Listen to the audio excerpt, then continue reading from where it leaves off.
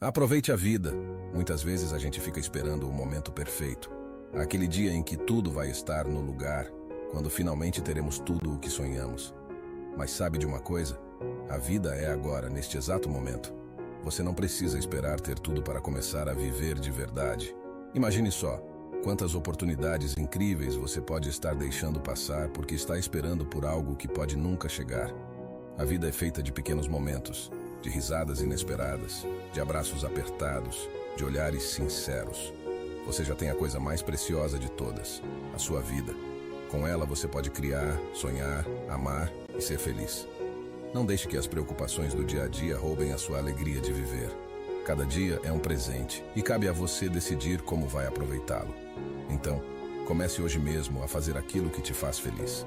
A vida é curta demais para viver esperando.